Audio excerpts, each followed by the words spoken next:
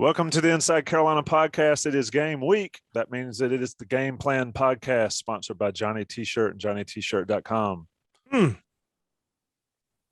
Game Plan podcast means Jason Staples and Greg Barnes have joined me.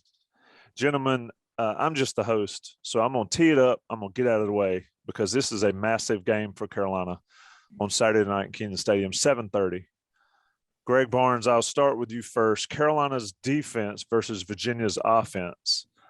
We can talk all about the issues Carolina's offensive line has. We'll do that after the break. But I think this is a game where Carolina's defense, and specifically Jay Bateman, need to step up and be huge for Virginia. Tell us why as we dig into this effective, though competition questionable Virginia offense thus far this season. Well, I think the key for Jay Bateman is first two games of the season going up against Braxton Burmeister and then Cornelius Brown. Those guys are more dangerous with their legs than they are with their arms. And so what really transpired is there was really an emphasis on kind of keeping contained. And that's one of the reasons that North Carolina did not get a lot of pressure. Now, if you listen to Mac Brown earlier this week, he still wants to see some sacks. He wants to see pressure, even if it's just the front, three or four guys. But it really sounded like Jay Bateman didn't send the dogs and really wanted to make sure they contained well enough because they knew that you want those kind of guys to beat you with their arm. This week's going to be different. Brennan Armstrong is really developed as a quarterback. He's been very impressive thus far this year. His accuracy has improved. His decision-making has seemed to have improved. They've talked him up quite a bit. Bronco Mendenhall was pretty open, pretty candid this offseason, saying that he thought that this offense that he had was going to be the best offense that he's had at Virginia. And so I think that the challenge for North Carolina is going to be, okay, you're going to have to get pressure on this kid because he has been fantastic when he's been kept clean. And when you've got an offensive line like Virginia does that has, I think, 130 plus returning starts, career starts, all five starters are back, very similar to what North Carolina's got. And then you've got a quarterback who played very well last year. And Virginia was 5-5, but he got knocked out of the NC State game, I think, in the first half. And then he didn't play the next week. And both those were losses for Virginia. So with him fully healthy, Virginia was 5-3, which says a lot. And then they, of course, won both games this year, and they've looked really good. And they're averaging 8 yards per play. And granted, they played Illinois and William and Mary, so not the best competition. But you have to take advantage of your schedule, right? And that's what Virginia's done. They're averaging over 500 yards of offense, 8 yards per play. Pretty solid. They've done what they needed to do. And they've gotten very creative with how this offense is run. So we know what happened last year. We know that with misdirection and doing some of the eye candy window dressing type stuff, it really confused North Carolina just a little bit. And when you're not able to attack and you're kind of sitting there, you're maybe not confused, but you're just trying to figure out, okay, wait a minute, where exactly is this going? That gives the offense an advantage. And that's what Bronco Mendenhall tries to do. Robert and he's done a good job with that for a long, long time. And so I think the challenge for Jay Bateman is going to be making sure that his guys can understand what their jobs are, and then also finding a way to get pressure, which has been a talking point all offseason. They haven't done that in the last couple of years. And for this defense to really take that next step, which we all expect them to do, they've got to be able to generate some pressure, and it's got to be some individual plays that happen that allow that to work, and not just some of the schematic stuff he does with blitzes and those kind of things. Jason, the one thing, a lot there, Greg covered the waterfront there, but the one thing that sort of catches my eye or doesn't is the eye discipline that Carolina did not have against Virginia Tech early, and Virginia is going to want to build off of that. How does that improve over the course of 2 or 3 games? And also, what does Jay Bateman maybe do differently than he's done yet this season getting ready for this Virginia offense? Well, I'll answer the last part first. I don't know that there's a whole lot that you can or should do differently in preparation for this game, because really what Virginia forces you to do with all their shifts and different formations and motions and everything is they basically are able to keep the chalk, right? So, you talk about X's and O's contests between the offensive coordinator and the defensive coordinator. And part of the chess match is trying to be the last guy holding the chalk. So, I can draw something up on a board as an offensive guy. And then if you know what that call is, or formation and tendency and all that, you can go ahead and dial up something that's going to cause serious problems for what I've put on the board. But if I have, the ability to make a check or do something at the end of that, right before, like once I see what you're going to do, then the balance tips in my favor. What Virginia really does with all the eye candy and all the different motions and personnel things that they do is they force defenses to play them more vanilla, because if you make a call that's an aggressive call and you're bringing pressure from over here and disguising this or that, and you do that against just the wrong thing, you're going to pay for that. And that might be a touchdown. So what you have to do against a team like Virginia, and this is part of what their design is going to force you to do, that's what they're trying to force you to do, is to play more vanilla stuff, to play more base coverage looks, to basically try to just really play sound defense and handle whatever they're throwing at you. Now, if you can see that there's a tendency here or there, and you can guess right here, and you've got some preparation for, okay, if we do this and then they respond with this, here's how we respond to that. If your players are really prepared, if you got veteran players, then you can still take your chances in terms of pressure packages and things like that. You just have to be really careful. And that's basically what Bateman's going to have to do, is not so much change things as just ensure that his defense is really prepared on the basis of, okay, when this guy starts here and motions here, we've got a 43% chance that this is going to be this is the likely call. This is what we're looking for. When they line up like this, we absolutely have to make sure that this gap and this gap are covered this way. We have to make sure that we shift the front here. It's a lot of those things that you're working on all week to try to respond to what Virginia actually does with all their stuff, to make sure that you just don't get caught with your pants down. Because that's the other thing that they're trying to do. They're trying to make sure that, we're going to go unbalanced and then motion this way. And then while you guys are still scrambling to try to make sure that everything's covered, oops, you didn't cover that gap with your front, and our guy's running, 30 yards into your secondary. And if you're not way faster than us, it's a touchdown.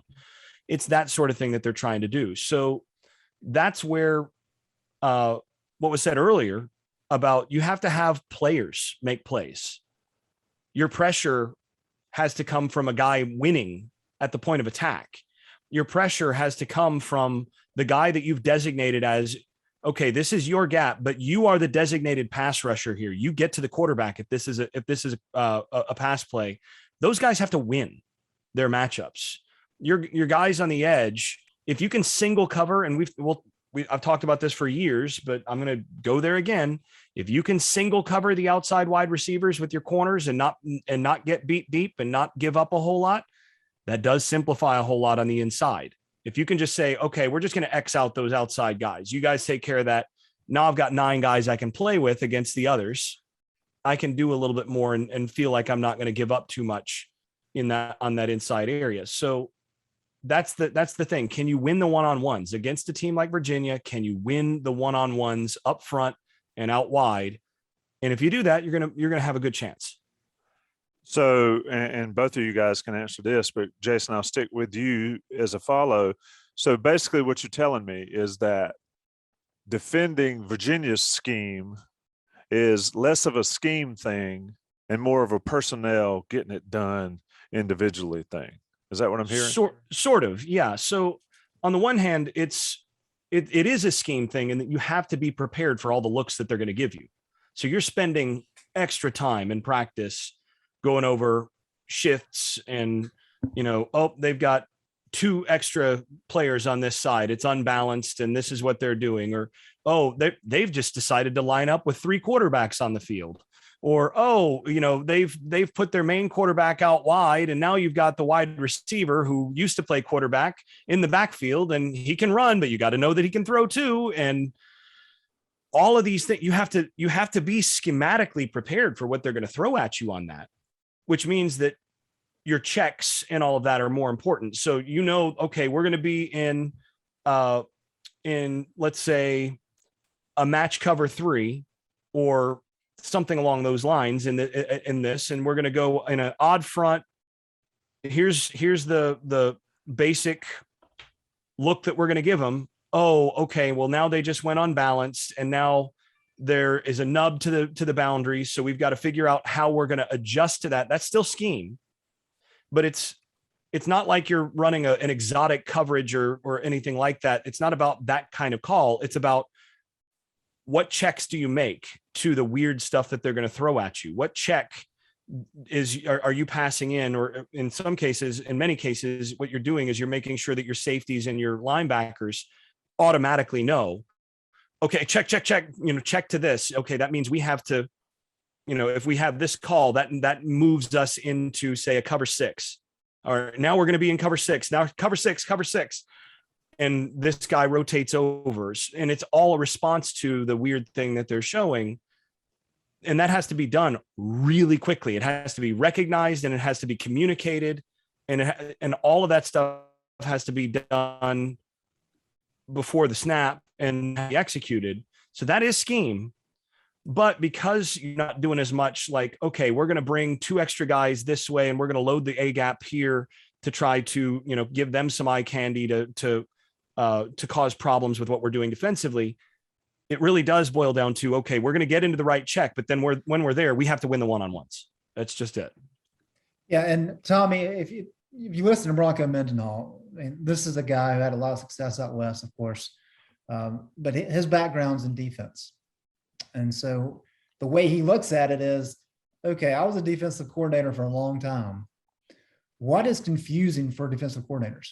And he says that when you look at the fact that college teams have 20 hours a week to study things and prepare a game plan, the more that he is able to put on the platter for defensive coaches to look at, and as Jason said, it could be multiple quarterbacks on the field. It could be all these crazy different looks, personnel packages, whatever. And even if he just shows it once, it's something that is on film, and the defensive coaches have to account for it. And so it's a little bit of gamesmanship in terms of saying, we're going to put so much out there over the course of a year, 2 years, whatever it may be, that you're going to have to cover so much. You're going to have to decide, okay, what are we really focusing on here? And that's one of the reasons that Mac Brown and Jay Bateman really talked about this week is, yes, they do a lot of, as Jay said, crazy stuff, quote, crazy stuff. And I think Kamon Rucker said funky formations, which I like even better. But at some point, you can get so bogged down in that. Vic Koenig used to say paralysis by analysis. And there's a lot of truth in that. And so it's really, at some point, it's about, there's going to be a snap, and it's either going to be a pass or it's going to be a run. And you're going to have to make an adjustment, and you're going to have to tackle. And it's as easy as that. I mean, we're bare bones in it.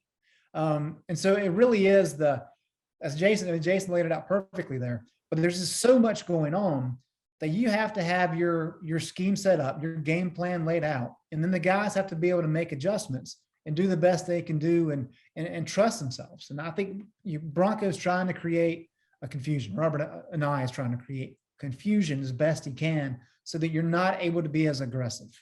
And so North Carolina just kind of wants to avoid that by attacking, kind of like what your original question was there, Tommy. Jason, go ahead. And really, one thing that really is important against this kind of attack is you have to rely on veterans. If you've got a lot of veterans on defense that have seen this and they understand, you have to have guys that understand the scheme that you're asking them to execute. That's critical. I mean, it's one thing to say, okay, you've got a gap, right? Okay, well, you're blitzing the A gap. That's fine. But then what happens if they go unbalanced? And now really the gaps have all kind of moved. You have to understand the concepts of the front, and veteran guys get that more. And that's why that really helps if you've got guys that have played a lot before in this sort of thing. And one other thing that I should mention is, if I'm Jay Bateman, I'm bringing in a handful of packages. So maybe if I carry 10 special packages or pressure packages into a given game, maybe I cut that in half for this game, but I make sure that I feel comfortable calling those against anything that they may run in that down and distance, and that my guys really understand what checks would need to be made based on formation and all the funky stuff that they do. You know, the alternate is that you have these calls. So you bring your usual 10 calls in, but you have a lot of automatic kills in there. So here's the call. And if they go trips to the boundary, if they go nub, if they go, two quarterback, whatever, kill. And we go to this basic, here's our default. And, when I was at Florida State years ago, there was a rule on defense that if you don't get the call, it's jet robber cover one. And if there's any confusion, you play jet robber cover one. And so, if the call doesn't get in, if we can't get the call in time and they go hurry up, you're playing jet robber cover one.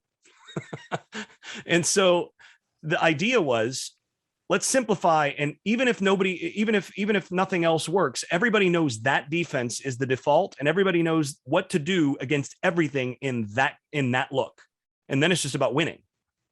So you have to do something like that. You have to figure out what's going to be our default. If they go funky, what's the kill? What do we kill to? Here's the one thing that we're going to go to every time. And that helps. So Greg, let's talk about specific matchups in this one that are going to matter. We could debate and discuss this portion of it, but let's talk about specifics that Carolina fans, inside Carolina people listening to this podcast need to be paying attention to.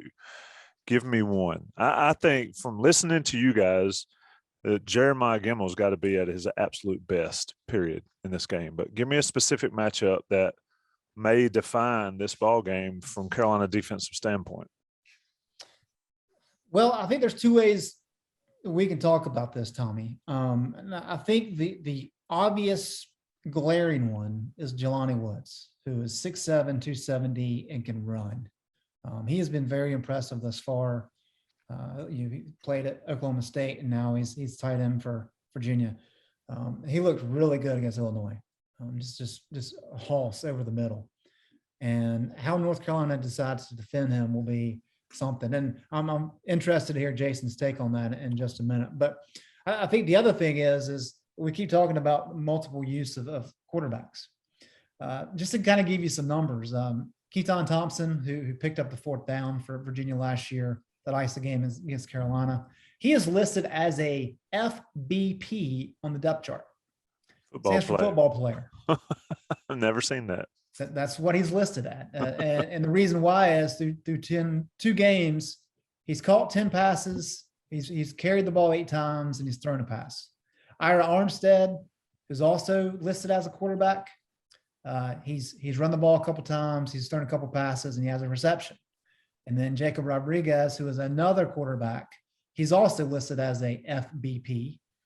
He's run the ball a couple times already. And they'll put multiple of these guys out on the field at the same time. And the concept is, when Bronco was at BYU and had Taysom Hill, they really thought, okay, this guy's not only our quarterback, but he would be our best running back. He would be our best tight end, and he may be our best wide receiver. So how can we use him in more than just one way, especially when we have other quarterbacks that we think are pretty good? And so that was kind of the formation of this idea. And so when he started to recruit guys into Virginia as quarterbacks, he said, okay, eventually we want them to develop into a quarterback. But these guys all they were the best athlete on their teams in high school, right? I mean, we've told those stories all the time. Bruce Carter was a stud quarterback. Caleb Hood was a stud quarterback. but it's because they're the best athlete on their team. And that's the case here. And so what he wants to be able to do is use a Keaton Thompson to do a lot of different things and to put him on the field. And if you want to move Brennan Armstrong outside, which they did against Illinois, and allow him to be able to catch a pass, you can do that. So not only are you using players that are good athletes in different manners, and that creates those challenging looks for the opposing team, but it also gets some of these guys on the field, and it lets you mix and match the way that you want to. And so how North Carolina kind of deals with that, that's just making sure, again, Jason laid all that out pretty well.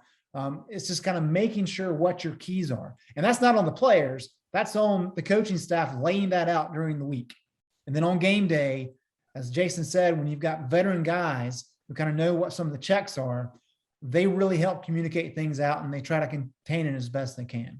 But just the fact that Bronco uses that, and and Robert and I have used that for so long, and they're really wanting to use it more this year. I think we'll see some interesting play calls by Virginia on Saturday. So, Jason, I said key matchups for Carolina, but is the key matchup Jay Bateman and his defensive staff this week? That's a good question. Yes, to some degree, but I want to say no more because at the end of the day, the players have to play. And yeah, it's on the coaches to get them ready, and being prepared for all the stuff that Virginia is going to throw at them is going to be critical. But again, at a certain point, it does really just boil down to, do you whip your guy up front? And do you make the tackle when you get there? Do you win your one-on-one matchup when you're asked to single cover as a corner? You win those matchups, and a lot of defensive coordinators could look really good. So Jay Bateman's job is just to make sure that the players are in the best possible position to be able to do that. But the key matchup, the thing is, in this game, there are multiple key matchups. And the thing to remember is you have to win. And that's what Virginia does, is they want to stress more than one spot on your defense. And you have to win those, whatever the key matchup is on that play at any given time. It might be a defensive tackle. It might be a linebacker who's a conflict player. They're asking to do two different things. It might be a corner who's in a one-on-one that they have to make sure they win. There are a lot of different players who are ending up being the key matchup in this game at any given time. And so that doesn't mean that well, then it's just the coaches that are the key matchup. It means that you don't actually have just one or two spots that you can say, well, if Carolina wins that matchup, then they're going to win. It's just not that simple when you play a team that is as diverse and as multivaried as Virginia is. It's interesting. I wonder why more teams don't do it. I mean, we can talk about that, but yeah, I'll ask you that, Greg. Why don't more teams employ this approach that Virginia does on offense, just holistically? I think everything is football more so than most other sports. I may be stepping out of line and saying that is really a copycat kind of deal. And you just kind of go with what the trends are. And we've seen this trend from, the spread offense at one point was just about getting your wide receivers outside and maybe going 4 or 5 wide. And that was kind of the big thing. And then you get, the air raid set up where you've got your 5 linemen that are spaced out and all those kind of things. And it's crazy at first. And then everybody kind of adapts to it. And now what is spread now? I mean, everybody runs a spread. Does anybody run like a traditional pro style offense anymore? Chip Kelly was doing pretty close to that the last couple of weeks. The pendulum's swinging back a little bit, which is interesting because defenses have tried to match up with the spread looks and with that personnel, and now teams are starting to go, we can go big here. We might be able to bludgeon that defense a little bit and get them out of their comfort zone. So some teams, not many though. So I think the interesting thing is that all that stuff is schematics, right? So what's the next step? If you go back to pro style, that's one way. But what if instead of going with a different kind of schematics, you start using different kinds of personnel? And in college basketball and NBA as well, we've talked about positionless basketball. Roy Williams wanted to use two bigs forever. And that's probably part of the reason that he retired, is that the game had changed so much. That's what he knew and that's what he loved to do, that he was kind of aged out of it. Well, I'm not saying that what Virginia's wanting to do is positionless football by any means, but when you're using guys that can throw the ball, run the ball, and catch the ball, multiple of them, that's a unique approach. And you can do a lot of different things. And Virginia hadn't got to a point where they're doing all kinds of crazy stuff with halfback passes and that kind of stuff. I mean, they'll do a little of it, but not a whole lot. But I could see in the future somebody getting crazy and doing a lot of that stuff, wide receiver passes and whatever, if they've got enough guys available to be able to do those things. So I think it's just kind of an interesting take on that. And it's kind of a bold move. And I think a lot of people are probably waiting to see, can this be successful? And if it can be, well, then you'll start to see more people kind of embrace it. And the thing is, it's really hard to do.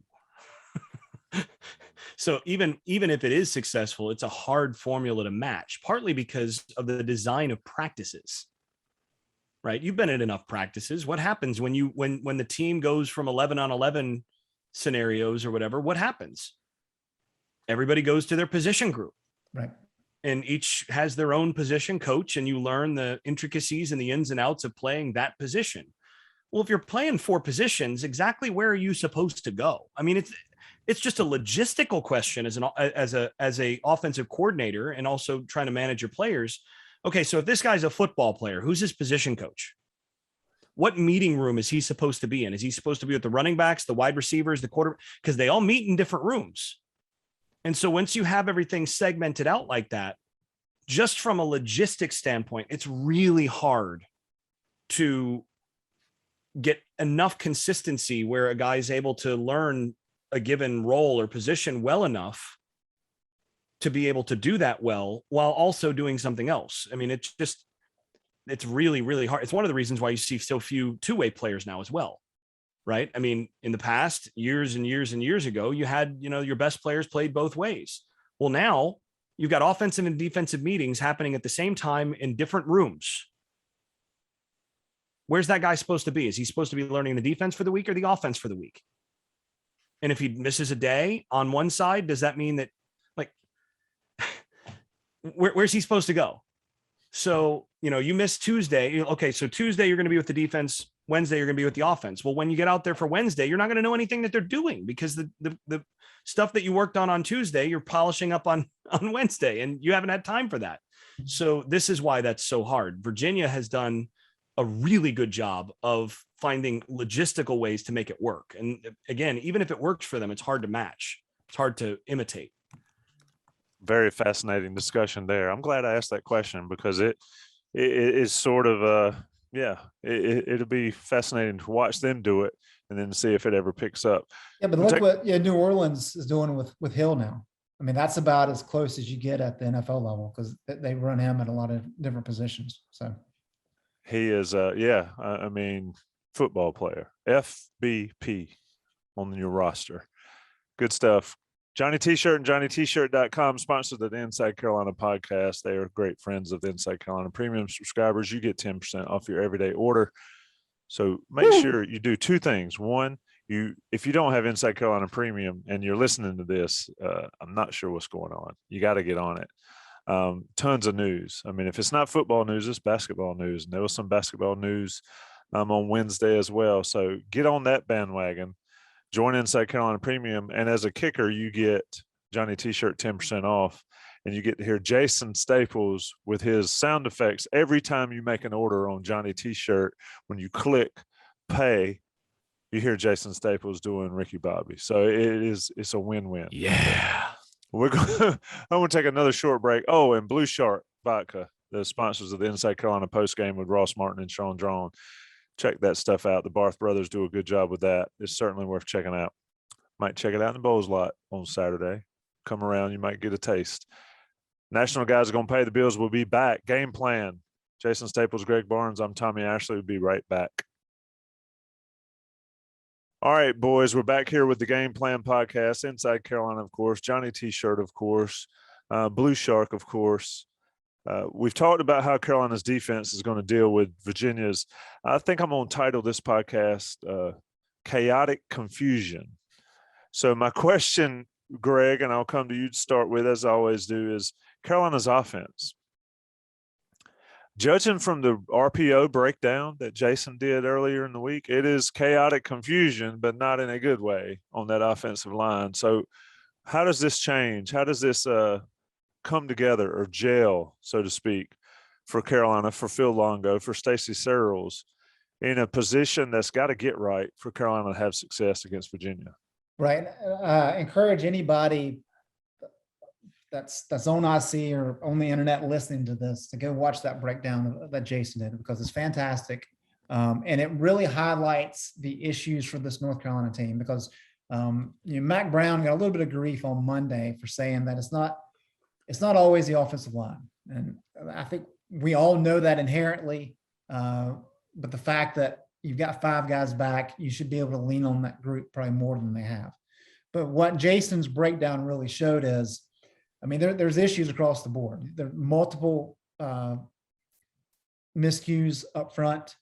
There's a miscue maybe with Sam Howell in terms of not making the right read. Emory Simmons on that play didn't get appropriate separation. And when all those things kind of come together, it makes it challenging for an offensive play to work.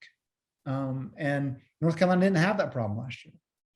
And so you can see just by watching that one play that Jason broke down of what a lot of the issues that North Carolina has been dealing with through 2 games this year. And so to me, it really comes down to how North Carolina is able to handle the chemistry issue up front. Because as we talked about the other night, Tommy, we knew coming in, there's talent at wide receiver, there's talent at running back. But because it's really fresh talent to the scheme, it's going to take a little bit of time to kind of work in. And once you get into Georgia Tech and Duke and Florida State, you're going to have opportunities where they can kind of grow and build confidence and have success and all those things that you need heading into the second half of the season, beginning with Miami on October 16th. That doesn't necessarily help on Saturday against Virginia.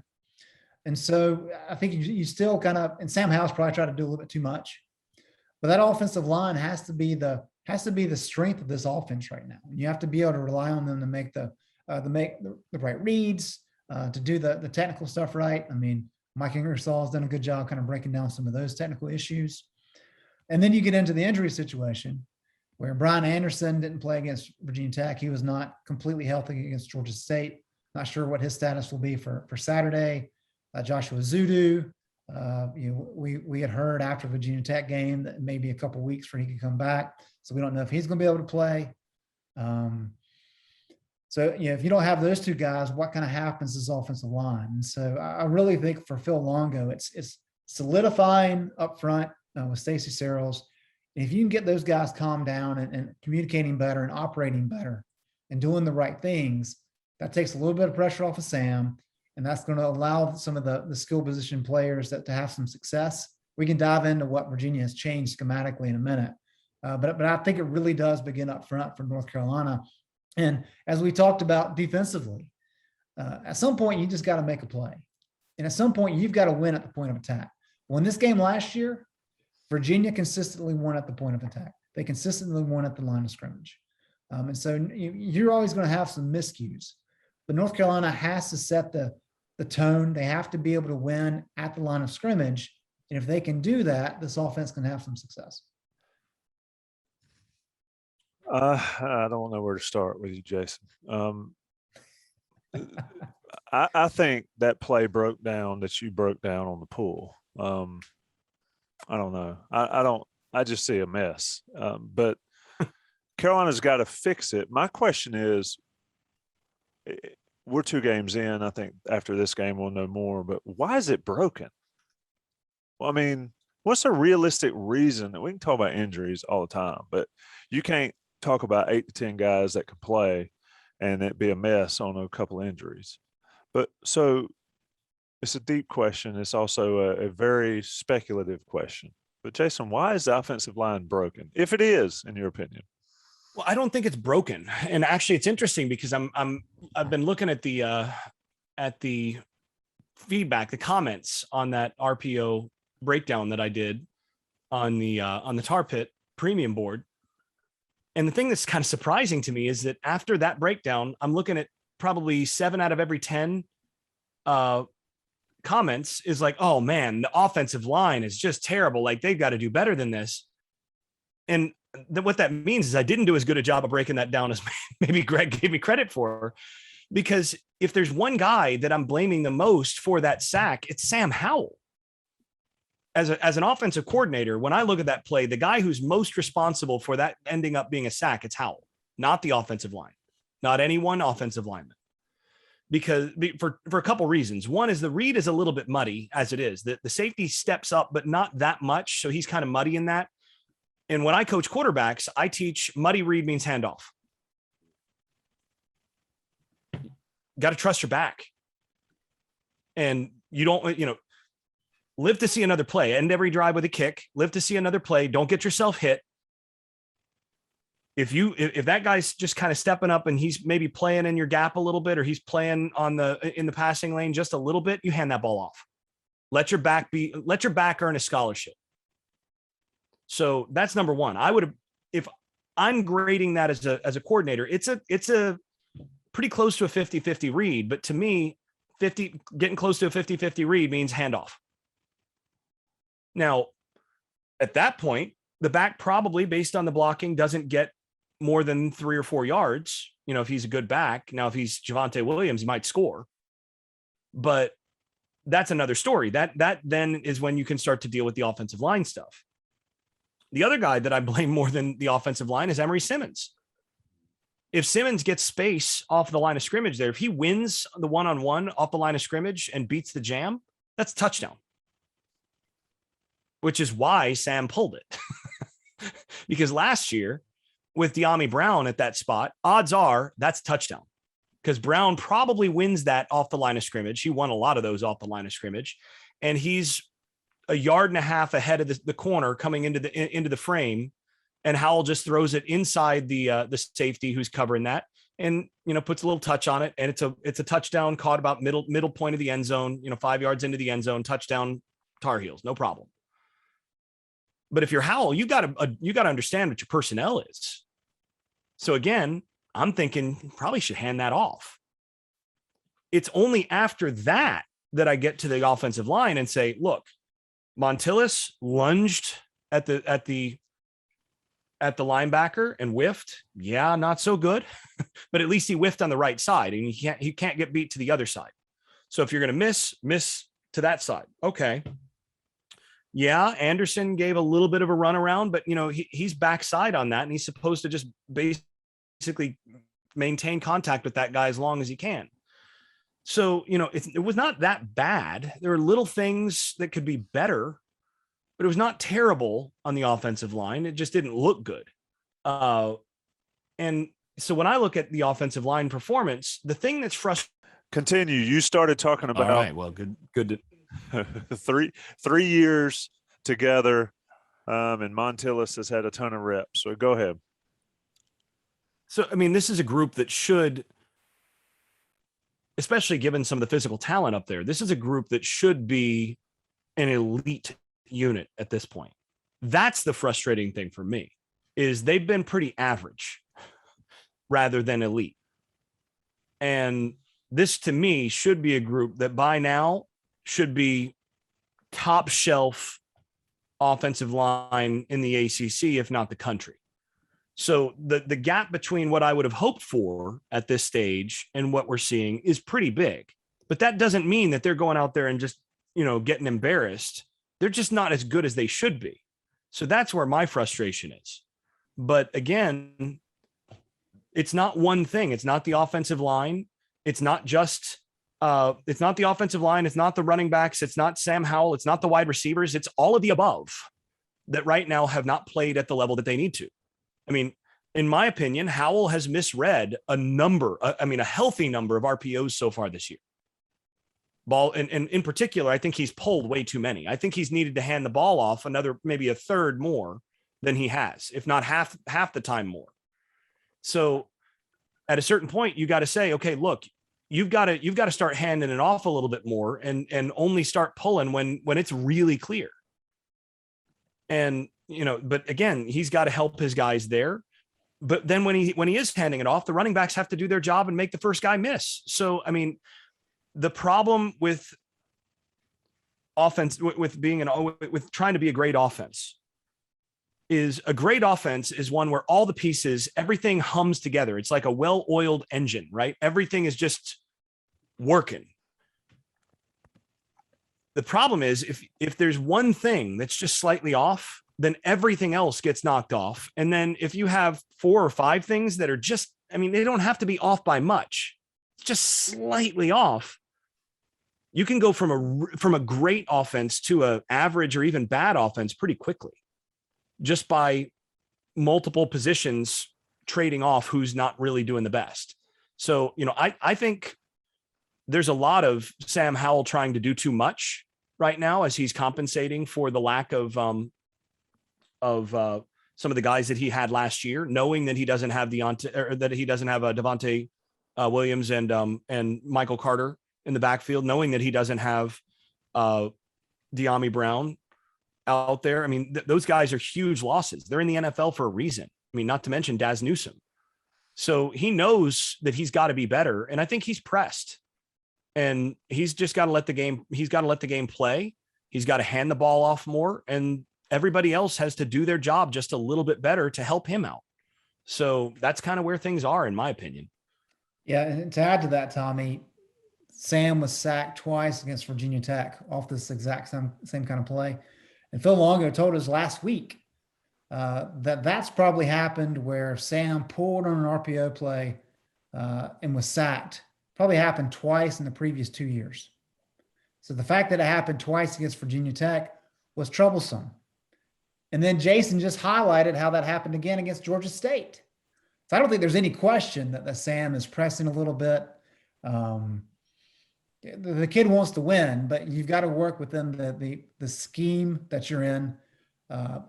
You use it to your advantage. Don't try to work outside the scheme. And we've known Sam Howell to be a bit of a gunslinger. That's one of the reasons he's been as good as he is, kind of pushing the line a little bit. But in this type of scheme, this type of play call, you've got to just read your checks very easily. And if you don't, you get into some trouble.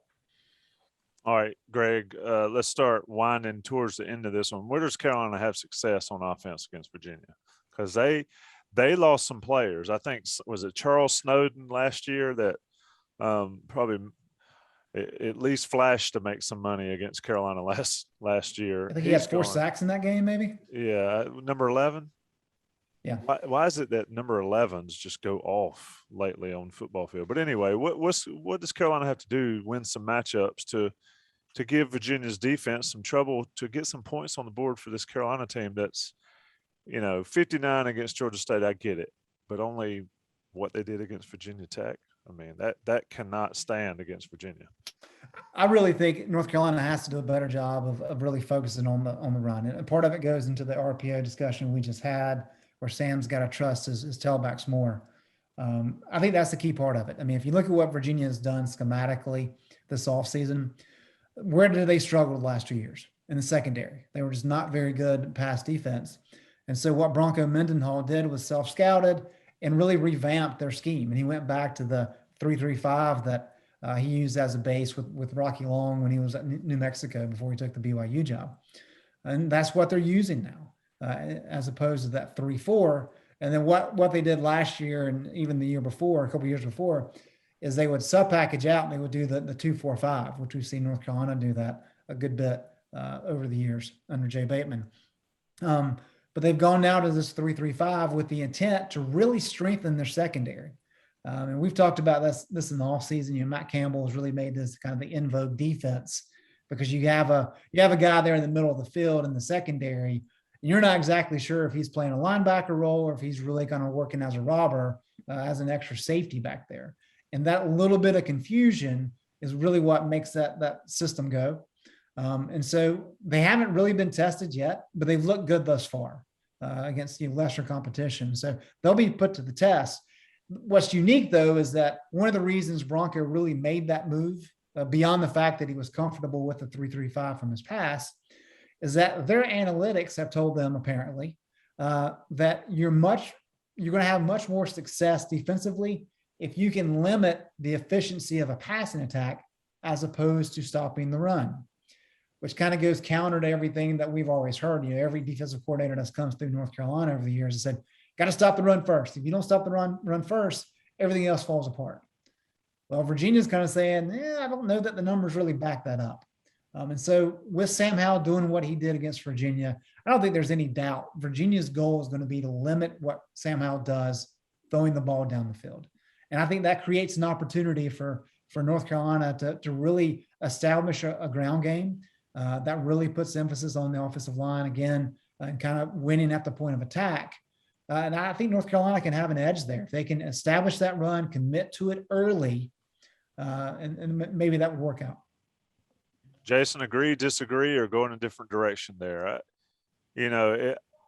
What I've seen, if Carolina can't throw it deep, that's troubling for Carolina's offense. So some other guys are going to have to step up and prove that they can run the ball successfully, or they can live underneath. I mean, Josh Downs can live underneath. Can anybody else? I agree with everything there. So, I mean, I've been harping on this since the preseason in terms of what you brought up about the winning deep one-on-one. You've got to be able in this college game, in today's college game, in the game where especially you're playing the kind of air raid offense that Phil Longo's playing, you've got to be able to win one-on-one matchups down the field. I mean, this is the Clemson model. We've talked about this before. If you can't get those receivers that are going to win those one-on-ones, you're not going to win football games. You have to have that kind of winner on the outside to open everything else up for your offense. And I think we're really seeing right now how important De'Ami Brown was to this offense the last couple of years. I mean, I venture to guess right now that if the NFL draft happened right now, after what everybody's just seen, that certain NFL decision makers might have considered De'Ami Brown a little higher than they did. Just going, whoa, look at what happened when that guy left that offense. Now, obviously, physical tools and fit in their offense and all that matters, but you got to have somebody who's winning those matchups. And I've been a broken record on this. I'll still be a broken record on this, that you've got to be able to win there. And everything else, I mean, all the stuff Greg said, I agree with. So let's look at predictions. We'll talk much more about this on Inside Carolina Live from the Bowls lot pregame, starting 3 hours before kick. So I guess 4:30 to 6:30. Greg will be there. Jason will be with us. I'll be there, of course, and Joey Powell and some other folks. But Jason, I'm going to put you on spot. I'm going to put you up on predictions first. Carolina and Virginia, I think it is a huge football game. I'm not saying must win, but it's a must win if Carolina's season's going to stay somewhat on the rails from all the preseason hype. But what happens?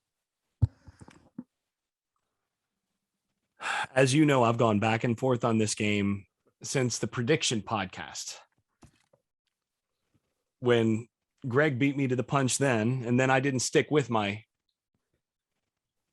pick of Virginia, and I left Greg out hanging out there for all the haters in the preseason.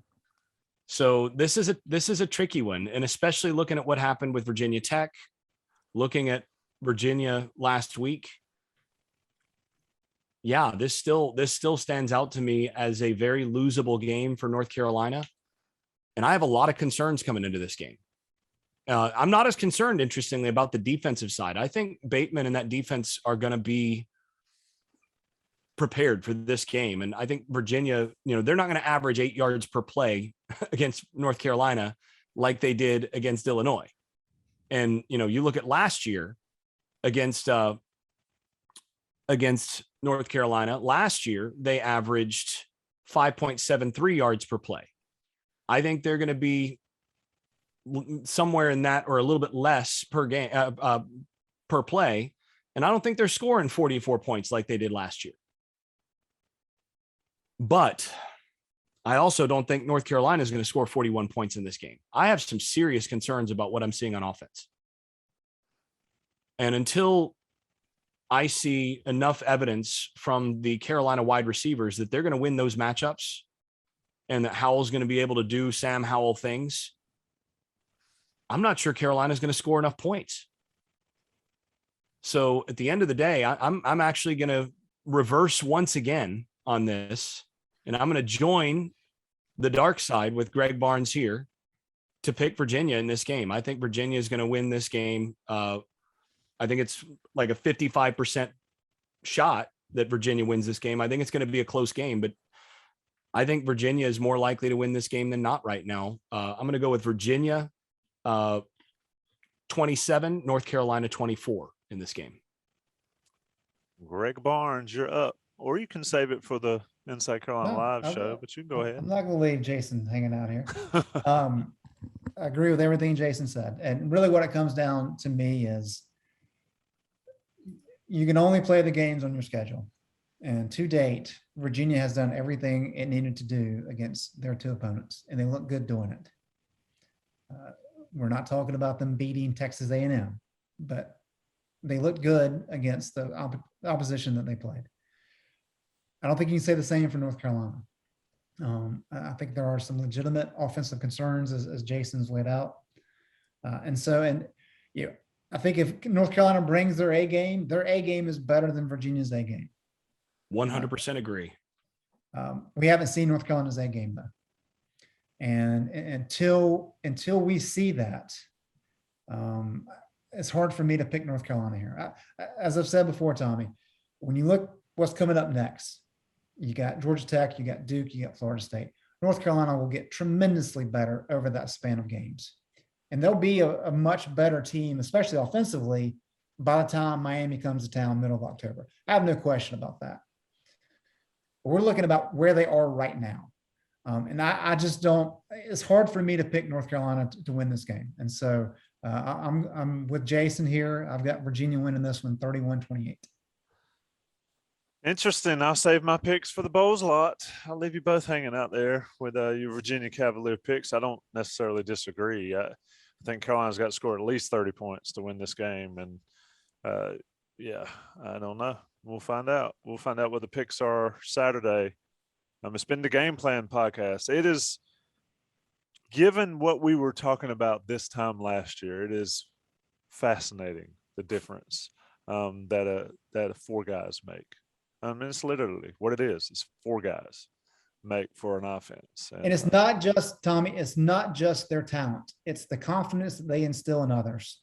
And so when Jason's talking about Sam Howell making some of these plays with the pool, it's not necessarily because it's just the player there. It's his confidence in that player. It's his confidence in the play working the way he wants it to work.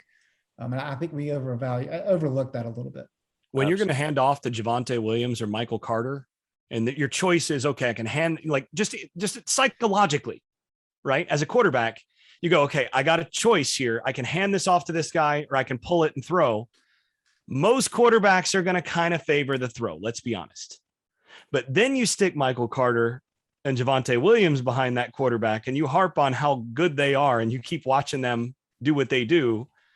And that quarterback psychologically is going to start going, look, unless this is really obviously a pull read, I'm handing this ball off and I'm turning into I'm going to watch what this dude does. Yep.